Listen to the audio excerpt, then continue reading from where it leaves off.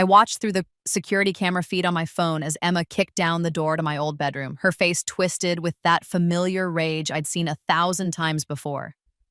In my previous life, this moment had broken me. In this one, I smiled as she stood in the empty room, screaming at the bare walls. "Where is everything?" Her shriek echoed through the vacant space. "Where are all her things?" My mother rushed in behind her, equally shocked. They'd been planning this raid for weeks. I knew because I'd lived through it before. In my first life, they'd taken everything while I was at work. My grandmother's china, my favorite mug collection, my electronics, even my clothes. They'd claimed it was payment for years of room and board, despite the fact that I'd been paying rent since I turned 18, but this time, I'd moved out 3 months ago. They just didn't know it yet. "She must have known," my mother hissed, pulling out her phone.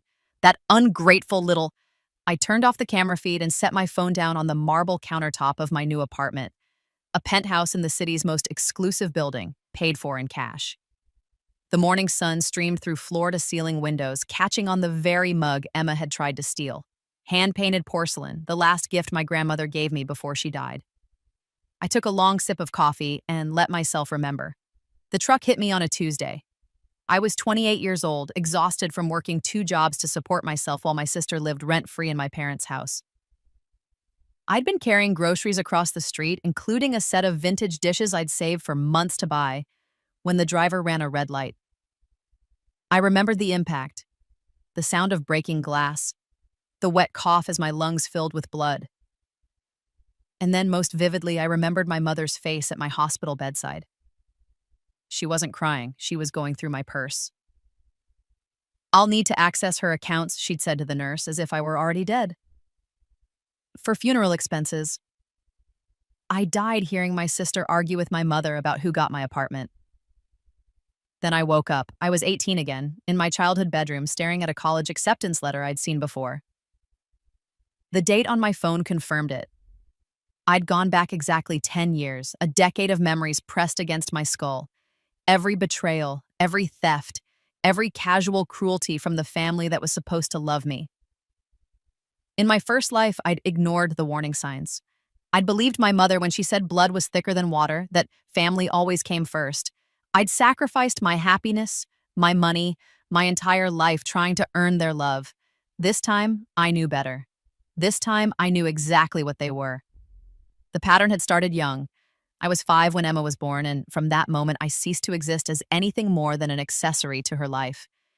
Every birthday became about her. My parties were canceled because it's too close to Emma's big day. Every achievement I earned was minimized because Emma needs encouragement, not competition. When I got into a prestigious university on a full scholarship, my mother's first words were, "Well, at least now we can afford to send Emma to that private school." They didn't send her to private school. They used my scholarship money, money that was supposed to be mine for living expenses, to renovate Emma's bedroom. I worked 3 part-time jobs through college. Emma got a weekly allowance of $200. When I graduated summa cum laude and got a job at a top firm, my mother threw a party for Emma's high school graduation. Mine was the same week. No one came to my ceremony. In my first life, I'd swallowed it all. I told myself they loved me in their own way, that I was being selfish for wanting recognition, that family meant sacrifice. The breaking point came during what was supposed to be my engagement party. I'd been dating Marcus for 3 years. He was kind, successful, and for the first time in my life, someone put me first. When he proposed, I was terrified to tell my family, but Marcus insisted we do it right. He wanted to meet them, to celebrate with them. I should have known better. My mother turned my engagement party into Emma's birthday celebration. The cake said, "Happy 23rd, Emma." My name wasn't mentioned once. When Marcus tried to make a toast to our engagement, my father cut him off to talk about how proud he was of Emma's new Instagram following. Emma spent the entire night flirting with my fiancé. 2 months later, she succeeded. I came home early from a business trip to find them together in my apartment, the apartment I paid for while Emma lived rent-free with our parents. Marcus had the decency to look ashamed. Emma just smiled. "He said I was more fun than you," she'd said, stretching like a cat in my bed. "Less uptight, more alive." That was the word that haunted me. Alive. I'd spent my entire life making myself small, quiet, accommodating, trying to earn crumbs of affection from people who'd never valued me. And my reward was to be told I wasn't alive enough. I'd moved back in with my parents after that. I couldn't afford the apartment on my own, and Marcus had been paying half. It was supposed to be temporary. It lasted 5 years. 5 years of watching Emma parade through the house with my ex-fiancé turned boyfriend. 5 years of my mother criticizing every choice I made while praising Emma's free spirit. 5 years of working myself to exhaustion while they threw parties I wasn't invited to in my own house. The final betrayal came when my grandmother died. Grandma Chen had been the only person who ever truly loved me. She lived in Hong Kong, and I'd visited her every summer growing up. She taught me Cantonese, told me stories of her youth, and filled my head with dreams of a bigger life. When I turned 16, she gave me a set of hand-painted porcelain, mugs, family heirlooms she'd brought from mainland China decades ago. For your future home, she'd said, when you're free. She died on a Monday. Her lawyer called on Tuesday. She'd left me everything. Her apartment in Hong Kong, her savings, her jewelry. $3 million in total. My mother found out before I did. She was waiting in my room when I got home from work, the lawyer's letter open on my bed. This is a family inheritance, she'd said. Not just yours. I was too stunned to fight, too tired, too beaten down by years of being told I was selfish, ungrateful, worthless. They took it all. My mother said she'd manage it for the family. My father nodded along. Emma squealed about a trip to Paris. I never saw a cent. 3 years later, I died carrying cheap dishes across a busy street, while my family lived in the luxury apartment they'd bought with my grandmother's money. But now I was 18 again, and I remembered everything. My first move was the bank. The day after I woke up in my teenage body, I took the bus to my grandmother's bank, the one I remembered from my previous life. I told them I needed to set up account protections, that I was worried about identity theft. The bank officer, charmed by my mature concern, helped me add security questions and alerts. More importantly, I asked them to notify me the moment anyone else tried to access my account or any potential inheritances in my name. My second move was my grandmother. In my first life, I'd only called her once a month, too busy with school and work and trying to please my family. This time, I called her every week. I practiced my Cantonese with her. I told her about my dreams, my fears, my plans. I also told her the truth about my family. Grandma, I said during one call 6 months after my rebirth, I need to ask you something. In your will, can you make sure everything comes directly to me, not through Mom? There was a long silence on the other end. Then, has your mother been asking about money?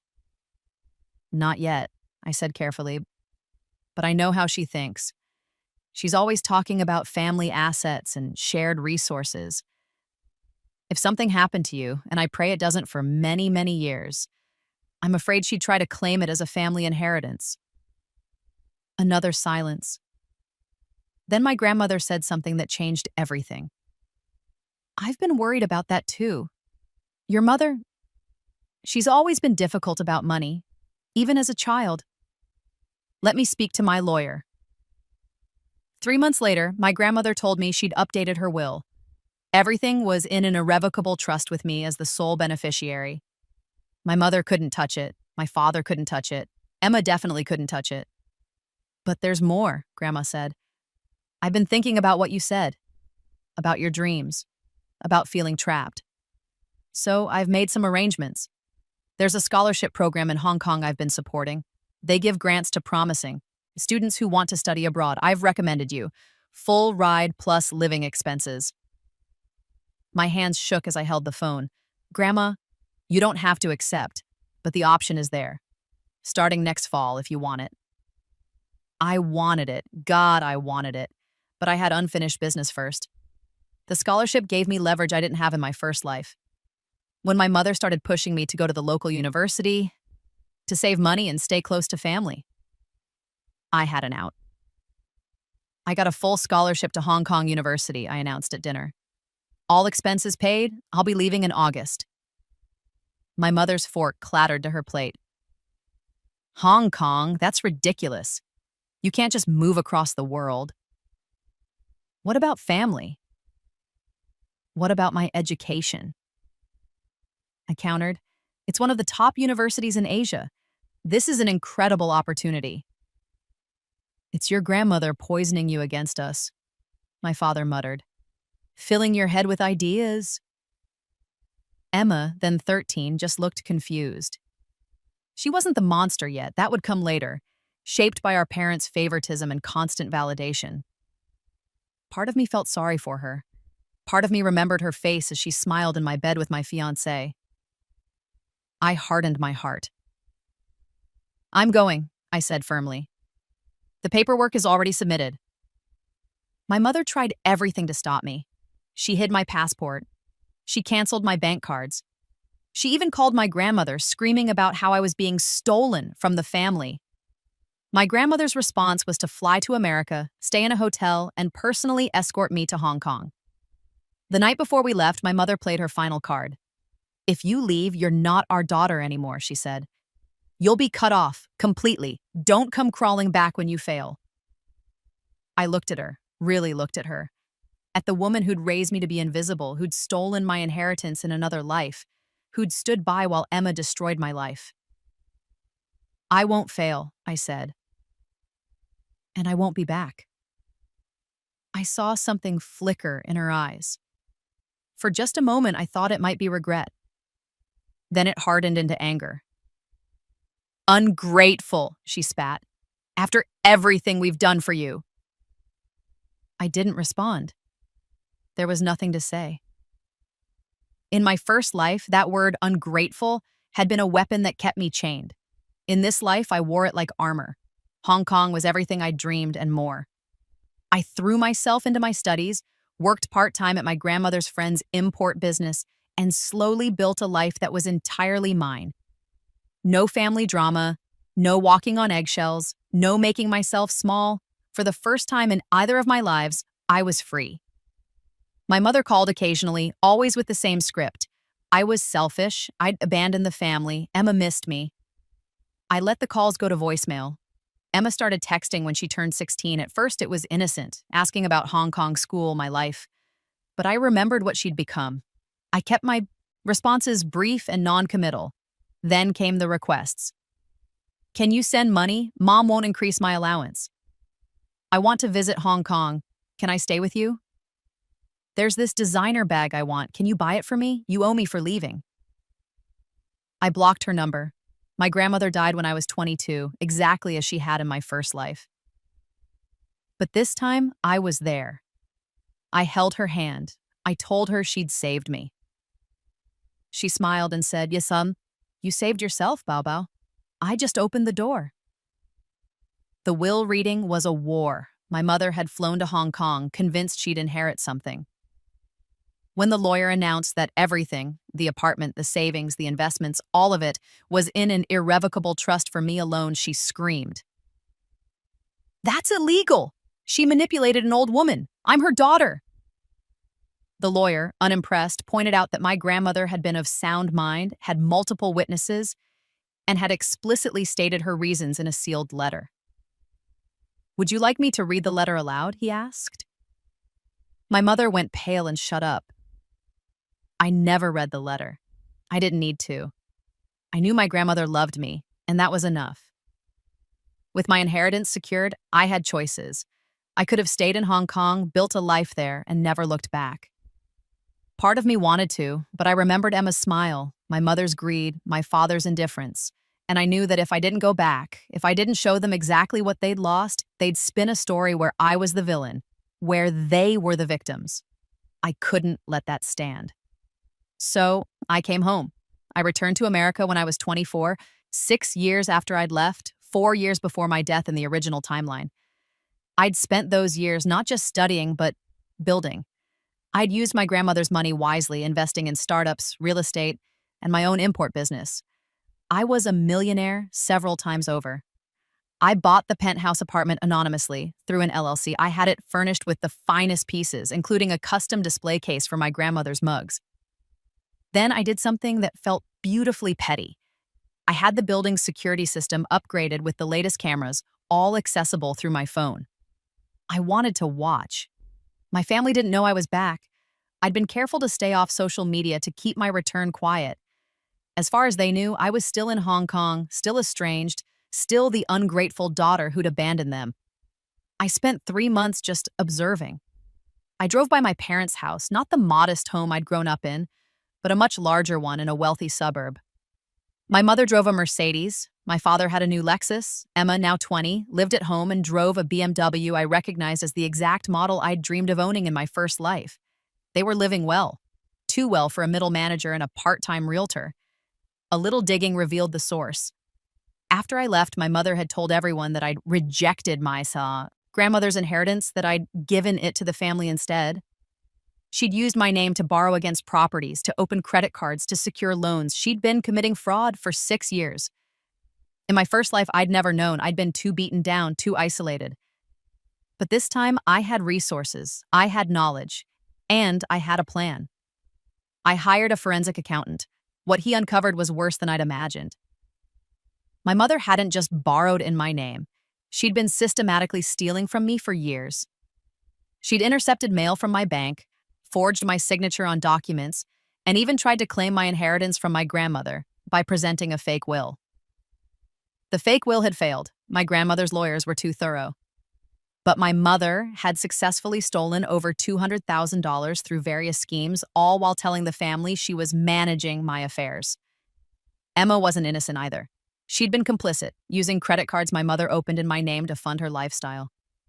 Designer clothes, exotic vacations, a new car, all paid for with my stolen identity. My father? He'd known and done nothing. That was almost worse.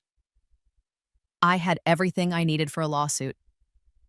I could have gone to the police immediately, had them arrested, and been done with it, but that would be too easy, too impersonal. I wanted them to understand exactly what they'd lost. I wanted them to feel it. So, I set a trap.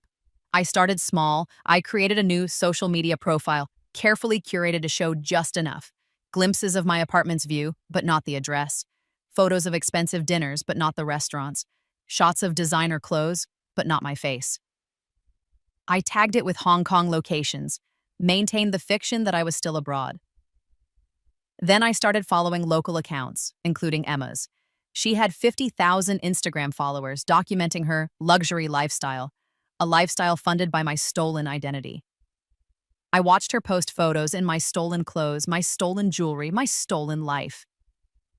I waited for her to follow me back. It took 3 days, then the DM started. OMG, I love your feed. Where did you get that bag? I responded warmly, friendly, playing the role of a fellow influencer. We chatted about brands, travel, luxury goods. I never mentioned who I was. I just listened. Emma complained constantly about how her family didn't appreciate her, how her mother was so controlling about money, how she deserved more. I should have gotten way more from my grandma, she wrote one night. But my sister was such a kiss ass. She got everything. It's not fair. I screenshot that. And every other message where she complained about me, about the inheritance, about how she was entitled to what was mine. After 2 weeks of building rapport, I made my move. I'm actually going to be in your city next month, I wrote. There's this amazing investment opportunity I'm looking into. Want to meet up? I could use a local guide. Emma was thrilled. We set a date, 3 weeks away, at the exact coffee shop where, in my first life, I'd seen her with Marcus for the first time after their betrayal. The irony was delicious. But I had other moves to make first. I contacted Marcus. He was easy to find. He'd never left the city, was working at the same firm, living the same life. According to social media, he wasn't dating anyone. Good. I sent him an email through a professional account. Hello, I'm looking for representation in a potential fraud case. Your firm was recommended. Would you be available for a consultation? He agreed immediately. Lawyers love fraud cases. They're lucrative. I scheduled the consultation for the same day as my coffee with Emma, 1 hour before. The pieces were falling into place. The morning of the meeting, I woke up early and dressed carefully. In my first life, I'd always dressed to be invisible. Muted colors, modest cuts, nothing that would draw attention. Today, I wore power. a crisp white Armani suit, red-soled Louboutins, and the jade pendant my grandmother had given me. I looked at myself in the mirror and barely recognized the woman staring back. Confident, successful, dangerous. I loved her. Marcus's office was exactly as I remembered. Sleek, modern, designed to impress. The receptionist led me to a conference room, and I waited, my heart pounding not with nerves but with anticipation. When Marcus walked in, he froze. "You," he breathed. "Hello, Marcus." I smiled, cold and sharp. "Surprised?" He recovered quickly. Lawyers are good at that. "I didn't realize. Your email said I used my professional name, Chen Yiling. I go by that now." It was true. I'd legally changed my name in Hong Kong. No point in carrying my father's name when he'd never been a father to me. Marcus sat down slowly, studying me. I could see him trying to reconcile the woman in front of him with the girl he'd known, the one who'd been so easy to betray. "You look different," he said finally. "I am different." I opened my briefcase and pulled out a thick folder. "Shall we discuss why I'm here?" I spent the next 45 minutes laying out my mother's fraud. Every forged document, every stolen dollar, every fake signature. I watched Marcus's expression shift from shock to horror to professional interest. "This is substantial," he said when I finished. "Criminal charges, civil liability, possibly RICO if we can prove conspiracy. Your mother could face serious prison time." "Good," I said simply. "And your sister? She was a beneficiary of the fraud, but proving she knew, I have proof." I pulled out my phone and showed him the Instagram DMs, the screenshots of Emma bragging about using her sister's credit cards, the photos of her wearing jewelry she claimed I'd given the family.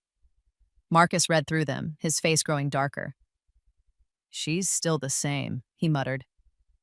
"Excuse me?" He looked up, seeming to realize he'd spoken aloud. "Nothing, just, I'm not surprised, that's all." "You dated her," I said. It wasn't a question. "In fact, you're probably still in contact." He had the grace to look ashamed. "That was a mistake. A huge mistake. He trailed off, searching for words. "Exhausting," I supplied. "Selfish? Cruel?" "All of the above." He rubbed his face. "Look, I know I have no right to say this, but I'm sorry. For what I did, for everything, I was an idiot." "Yes," I agreed, "you were." "Emma told me you were boring, that you were holding me back from living. She made it sound like you were controlling, cold, unfeeling." He laughed bitterly. I was too stupid to see she was describing herself. I could have felt vindicated. In my first life, I would have clung to this apology, this validation.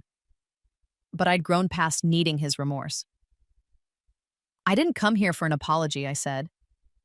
"I came here for representation. Will you take my case?" Marcus looked at the folder, then at me. "Yes, absolutely. I'll put together the best team we have. Your mother won't know what hit her." "Good. I want to file by the end of the week." I stood to leave, then paused. "One more thing. Emma thinks she's meeting a potential friend and investor for coffee this afternoon. I'd appreciate it if you didn't warn her." Understanding dawned on his face. "You're going to confront her." "I'm going to introduce myself," I corrected. "She doesn't know I'm back in the country." "She's going to lose her mind," Marcus said, and I couldn't tell if it was a warning or anticipation. "I'm counting on it." The coffee shop was crowded. Perfect. I wanted witnesses. I arrived early, claimed a table by the window, and ordered a latte. Then I pulled out my grandmother's favorite mug, the one Emma had tried to steal in my first life, and took a photo of it sitting on the table. I posted it to Instagram with the caption, "Using Grandma's mug today. Some things are irreplaceable." Emma's response was immediate. "OMG, that mug is gorgeous. Is it vintage?" I smiled and typed, "It is, a family heirloom. See you soon." I watched through the window as Emma pulled up in her BMW, my BMW, paid for with my stolen credit. She was checking her reflection, fixing her hair, practicing her influencer smile. She didn't recognize me at first. I'd changed too much, not just physically, but in bearing, in confidence, in the way I occupied space. She walked past my table twice before I called out, "Emma?" She turned, squinting. "Yes." "Oh, are you?" Then her face went slack. "Lily?" I'd kept my first name, even if I'd changed my last. I smiled. "Surprise." She stood frozen, her mouth opening and closing like a fish. I gestured to the chair across from me. "Sit down, we have a lot to talk about." Emma sat mechanically, her eyes darting around as if looking for escape routes. What are you doing here? I thought you were in Hong Kong. You said you were in Kong. I was. Now I'm back." I took a sip of my coffee.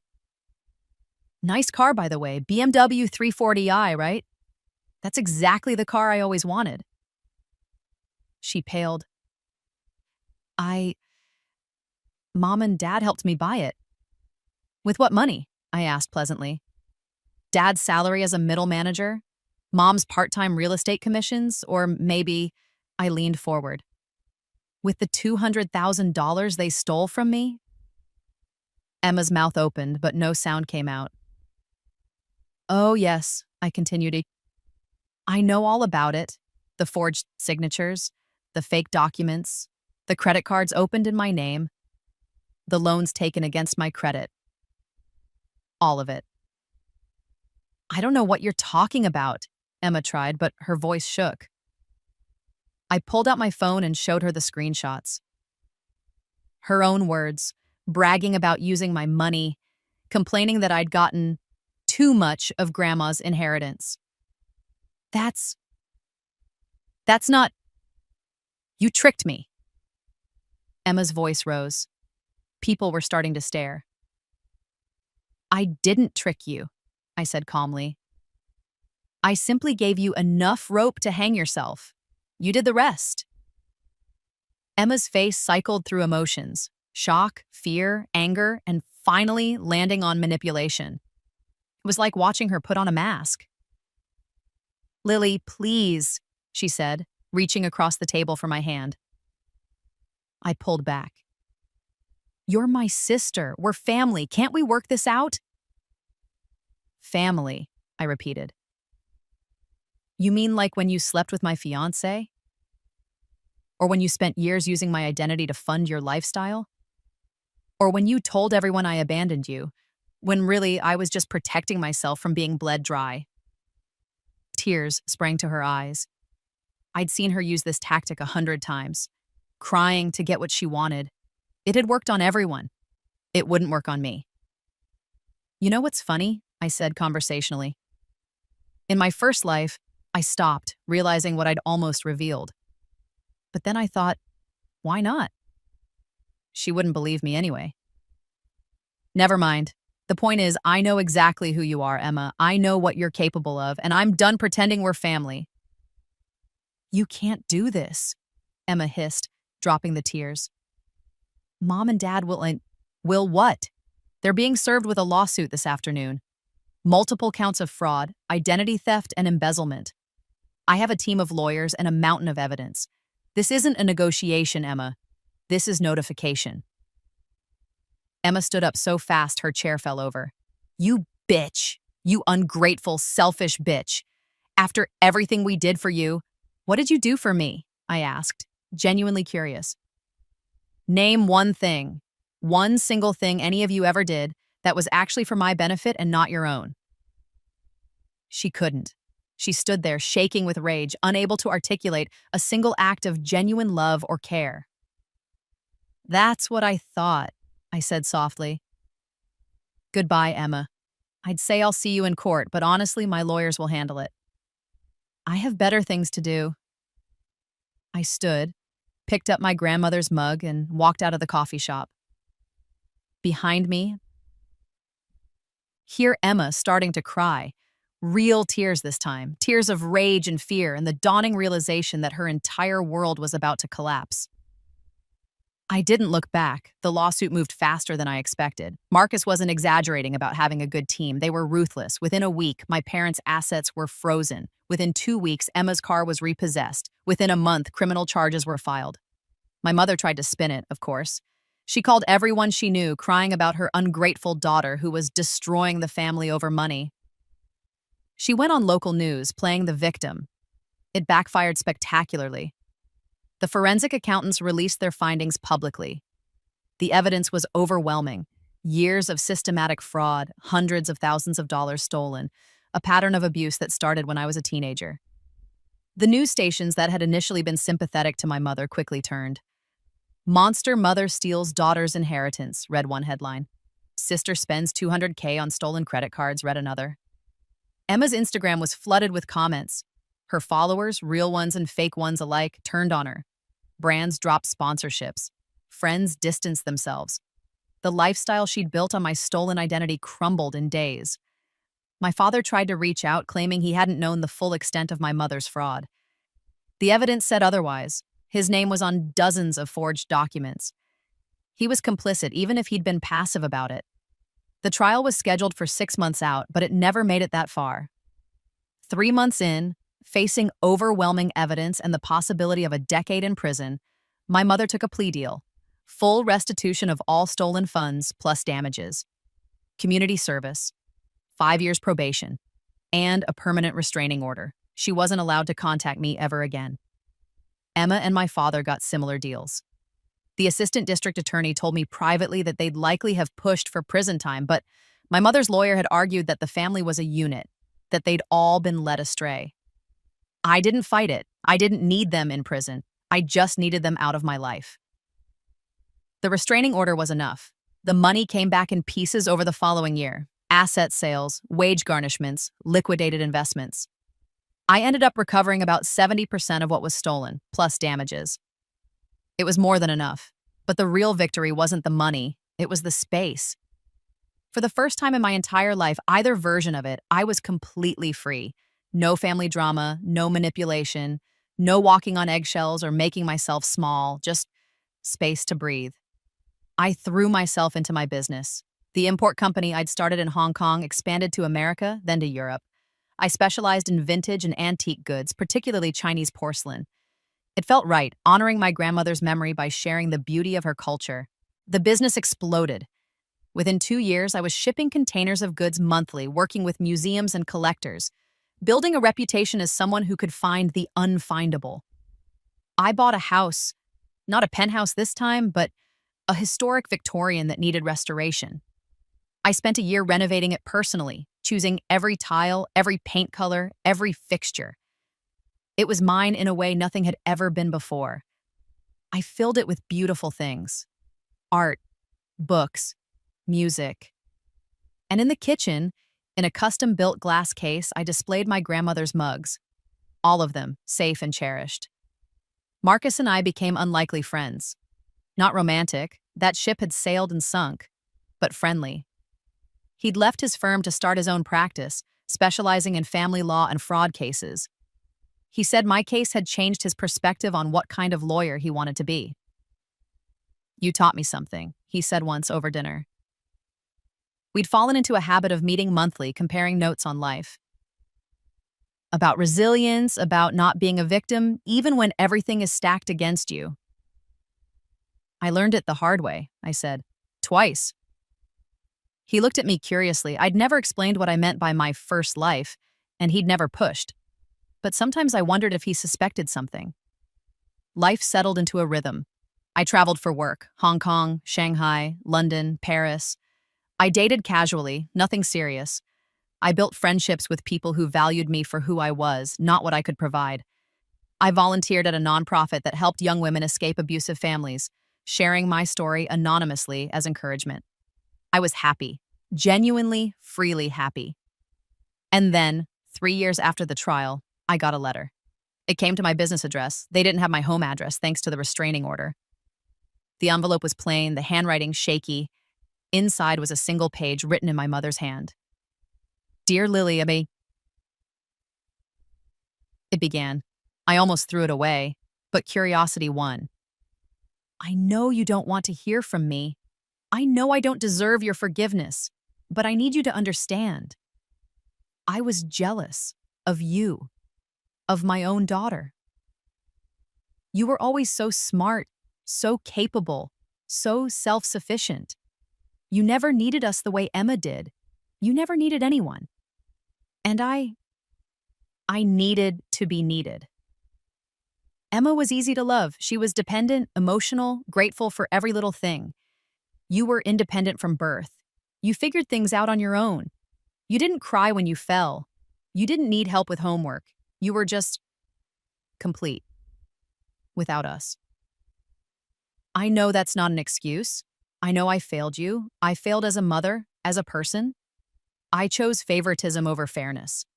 I chose comfort over integrity. I chose Emma over you, again and again, because loving her was easy and loving you meant accepting that you didn't need me. I'm not asking for forgiveness. I don't deserve it. I'm just asking that you understand. It was never about you not being enough. It was always about me being weak. Your mother, I read it 3 times. Then I burned it, not out of anger. I'd moved past anger years ago, but because I didn't need it. I didn't need her explanation or her apology or her attempt at redemption. I didn't need anything from her at all. That was the real freedom, not caring anymore. I took the ashes of the letter and mixed them with soil, planting a jasmine bush in my garden. My grandmother had loved jasmine. It felt right, transforming my mother's words into something beautiful and alive. The bush bloomed that spring, filling my garden with fragrance. I never responded to the letter. I never reached out. I simply lived my life, full and free and entirely my own. 5 years after my return to America, I got a call from Emma's number. I almost didn't answer. The restraining order had expired, but I had no desire to speak to her. But something made me pick up. "Hello?" I said cautiously. "Lily, it's Emma." Her voice was different, smaller, quieter. "I know I have no right to call, but I wanted you to know. Mom's in the hospital. Liver failure. They don't think she has long." I felt nothing. No sadness, no satisfaction, just a vast, empty nothing. "Why are you telling me this?" I asked. "Because she keeps asking for you. She wants to apologize, to see you one last time." "She wrote me a letter years ago," I said. "That was her apology. She doesn't get another one." "Lily, please." No. The word was firm. "I'm not coming. I'm not forgiving. I'm not giving her a deathbed reconciliation so she can feel better about her choices. She made her decisions. I've made mine."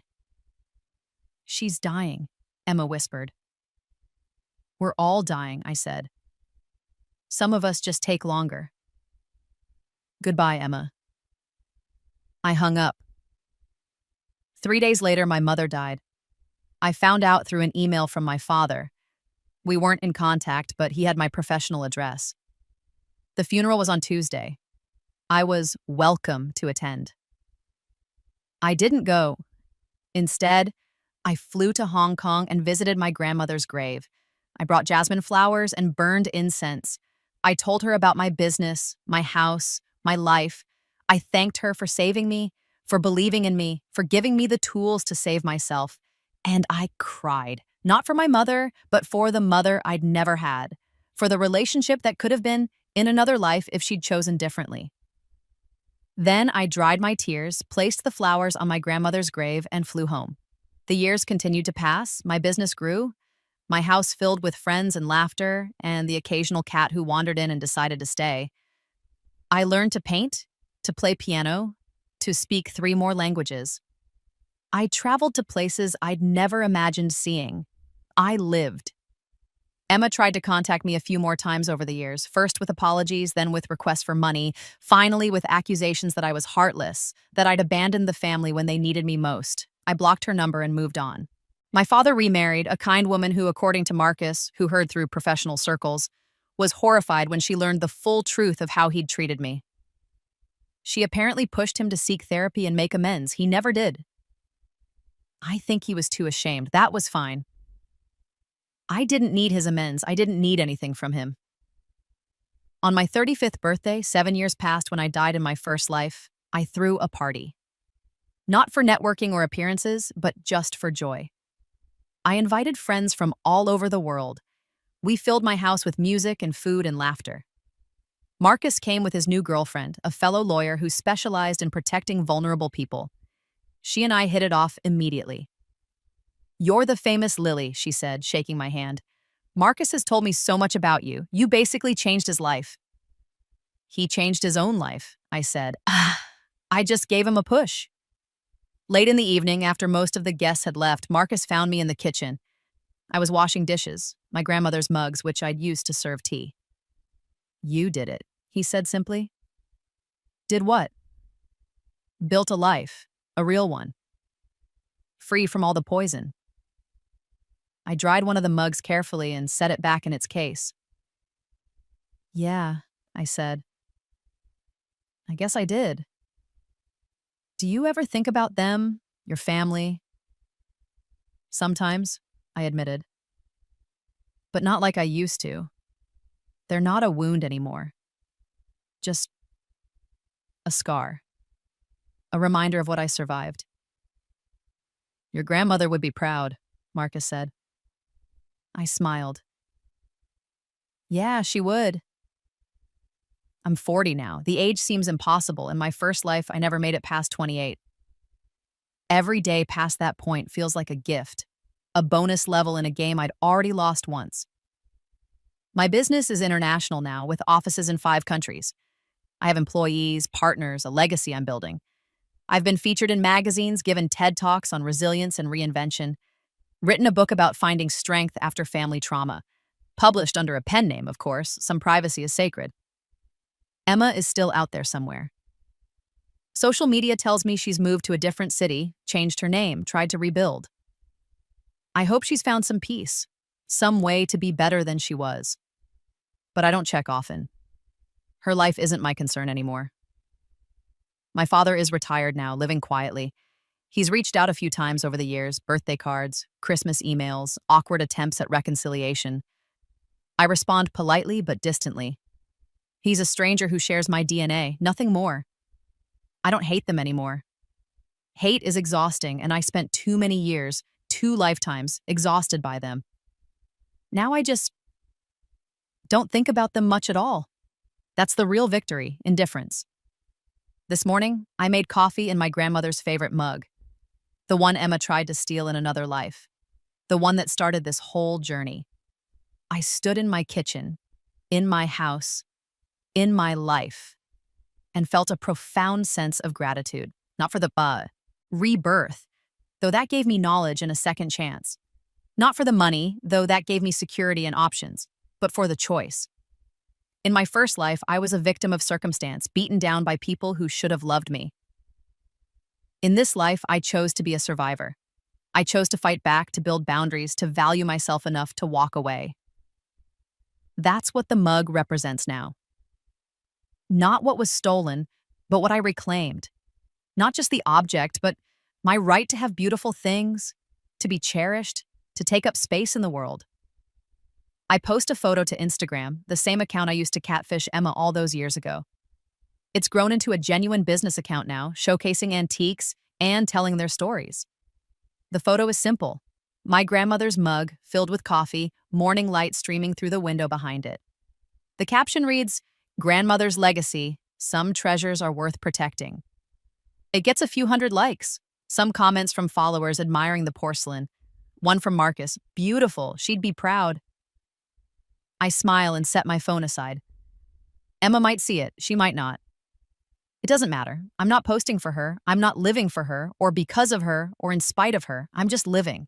And that, I think, pouring another cup of coffee from my grandmother's mug is the sweetest revenge of all.